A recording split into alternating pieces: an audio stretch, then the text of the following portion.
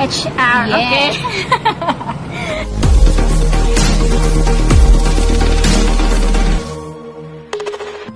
Halo sahabat pemuda, kembali lagi nih di Youth Centernya Caraka. Kembali lagi di program tanya-tanya singkat. Yeay. Nah, kali ini kita udah kedatangan tamu, seorang ibu atau mbak ya?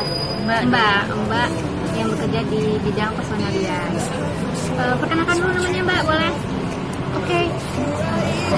Sahabat pemuda kita kenal. Oke. Hai sahabat muda, aku Retni. Ya, Retni biasanya panggilan Retni aja. Itu aja sih. Jadi kita udah ada pertanyaan nih mbak, yang singkat sih, karena judulnya tanya-tanya singkat.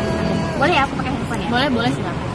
Nah, sekarang ini kan banyak nih pemuda-pemuda yang mungkin agak kesulitan atau bingung gimana sih untuk bekerja. Pemudi. Iya, pemuda-pemudi sering banyak nggak lolos. Itu apa sih penyebabnya? Kadang mereka bingung gitu kan.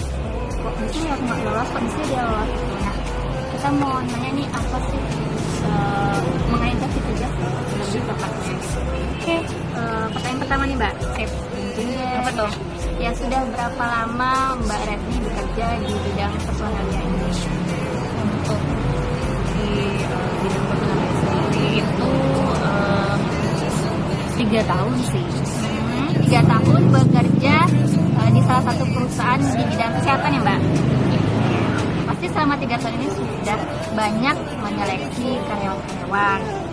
Nah, pertanyaan kedua nih, apa sih job desk Mbak di bidang personalia ini biar orang tahu oh personalia ini job desknya ini dan harus jurusan apa sih masuk ke personalia ini gitu? Oke.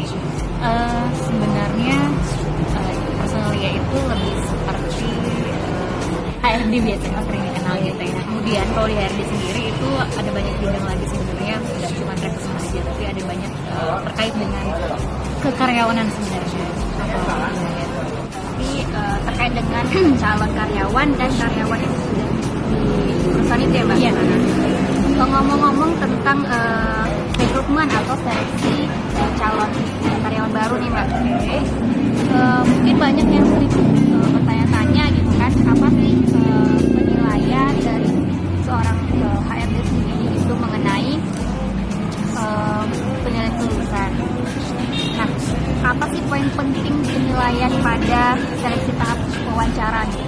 Nah, sebenarnya kalau untuk interview ini ada banyak hal yang akan dilihat ya, semuanya akan bisa dilihat jelas dengan mata ya di hadapan kita gitu ya, antara pewawancara dengan peserta yang diwawancarai.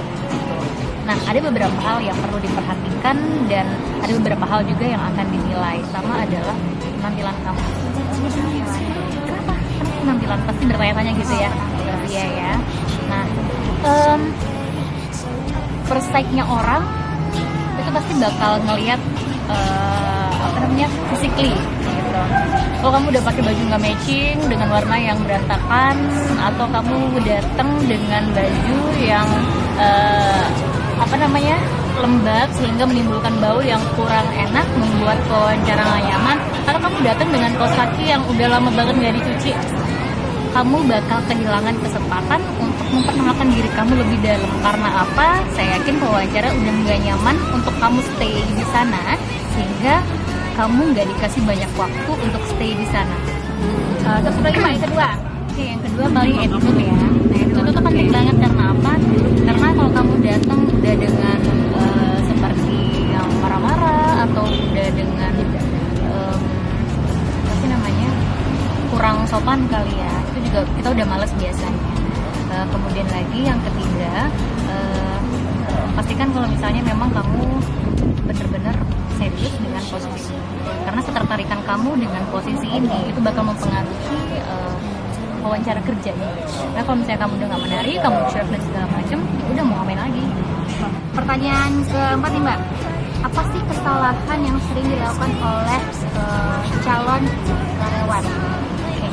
Banyak sebenarnya, aku sebutin beberapa saja. Untuk yang pertama, kesalahan yang paling sering dilakukan ini secara administratif dulu ya. Kebanyakan yang kita temuin mereka salah menuliskan tujuan kemana posisi mereka, bukan posisi, tapi perusahaan mereka akan melamar. Mau melamar ke perusahaan A, sepertinya mungkin mereka ngelamar di beberapa perusahaan gitu ya. Dia mau ngelamar ke A, ternyata tugasnya ke perusahaan B. Ya udah ke sana gitu. Saking banyaknya jadi salah masuk ya. Itu udah menurut aku itu fatal banget. Kemudian yang kedua, kamu tidak aware dengan kontak yang kamu kasih ke perusahaan. Misalnya nih, kamu udah cantumin nomor handphone, udah cantumin nomor WA, udah cantumin email, tapi ternyata kita udah panggilan kerja, ternyata kamu nggak datang karena apa? Dengan alasan nggak baca email, nggak baca SMS, nggak baca WA. Kamu hilangin kesempatan ini gitu, benar. Kemudian nggak prepare, ini cukup banyak ya kalau untuk kesalahan. Selain nggak prepare, mereka juga seringnya itu nggak antusias gitu. Artinya ya udah sih, tidak antusias dengan posisi yang dilamar. Bisa kelihatan dia ada apa, ya udah mukanya flat gitu ya, datar aja, tidak menampilkan sesuatu yang memang menunjukkan bahwa kamu tuh antusias. Kan ya mungkin kamu juga tidak menguasai atau posisi ataupun perusahaan yang sedang kamu lamar itu. Jadi kemudian tadi kamu tanya, misalnya kalau dia itu mempengaruhi dari kesiapan dia gitu ya Mbak? Gimana? Misalnya dia flat itu karena ya dia deg-degan gitu, karena udah grogi duluan. Nah itu gimana tuh Mbak? Oke. Yang namanya dalam ruang interview yang namanya grogi, nervous ya, itu sebenarnya wajar. Semua orang pasti akan mengalami yang seperti itu gitu. Tapi kamu harus tahu porsinya dong gitu. Kalau kamu misalnya grogi terus udah diem aja nggak bisa jawab apa-apa, itu terus gimana? Kita mau milih kamu dan kita yakin bahwa kamu itu adalah orang yang pantas buat kita. So yang wajar-wajar ya, kamu bisa tarik nafas dalam gitu ya sebelum jawab pertanyaan. Kemudian kalau udah siap silakan jawab. Nah kemudian seringnya SKSD dong. Nah oke, kamu boleh ramah, kamu boleh menunjukkan bahwasannya kamu antusias dengan posisi ini, tapi nggak SKSD juga gitu ya, sehingga kamu ngobrol yang berlebihan, kemudian sampai bercandaan yang itu nggak perlu dan nggak etis gitu kalau dalam ruang interview, dan bahkan kamu menceritakan hal yang tidak perlu sebenarnya diceritain gitu. Kemudian lagi bahkan kamu membagikan informasi yang seharusnya itu nggak perlu. Bahkan mungkin dari perusahaan lama tempat kamu pernah bekerja ya, kamu menyatakan hal yang sifatnya negatif gitu ya, sampai yang seperti itu, dan itu pasti akan bikin wawancara itu duluan gitu. Tapi kita tetap boleh kan Mbak menceritakan perusahaan kita yang lalu, tapi bukan yang negatifnya itu boleh. Benar, kamu cukup cerita dengan porsinya, kemudian ya kita tahu ya mana yang perlu untuk diceritakan, mana yang enggak. Ya pembahasan kamu sih itu yang paling penting. Pertanyaan terakhir nih Mbak, atau pertanyaan sih lebih meminta nih, beri dong tips and tricks untuk menghadapi interview kerja nih Mbak. Oke, buat sahabat di rumah, sahabat pemuda ya. Oke, untuk interview sebenarnya gampang, tapi kamu cukup prepare aja sebenarnya. Kamu harus prepare baik itu dari segi penampilan kamu di hari ya kamu. Kenapa selalu disarankan teman-teman yang mau interview itu harus cukup tidur? Karena apa? Kalau kamu menguap, menguap itu ada banyak tandanya sebenarnya. Apakah memang kamu ngantuk, kamu kurang persiapan, atau memang kamu bete ya nungguin atau segala macam dalam interview. Makanya kamu harus istirahat yang cukup. Kemudian mulai dari outfit, kemudian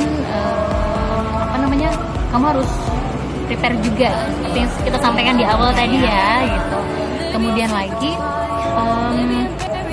saya saranin juga teman-teman yang mau melakukan interview itu ya cukup banyak mengetahui tentang posisi yang dilamar.